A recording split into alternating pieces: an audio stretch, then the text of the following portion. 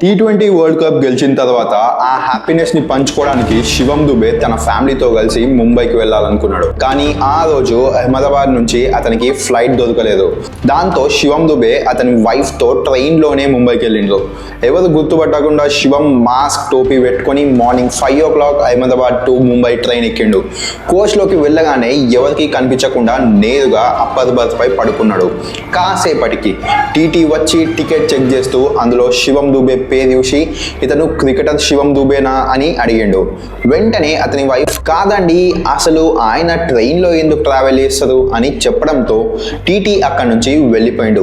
మీకు కోట్ల మంది ఫ్యాన్స్ ఉన్నప్పుడు ఇలాంటి సిచ్యువేషన్స్ తప్పవు.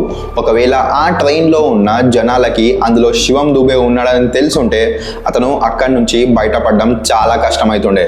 స్టార్డమ్ వెనుక ఉన్న నిజం ఏమిటంటే గ్లామర్, పేరు ప్రఖ్యాతల మధ్య మన ప్రశాంతతని కాపాడుకోవడమే అన్నిటికంటే పెద్ద విజయం.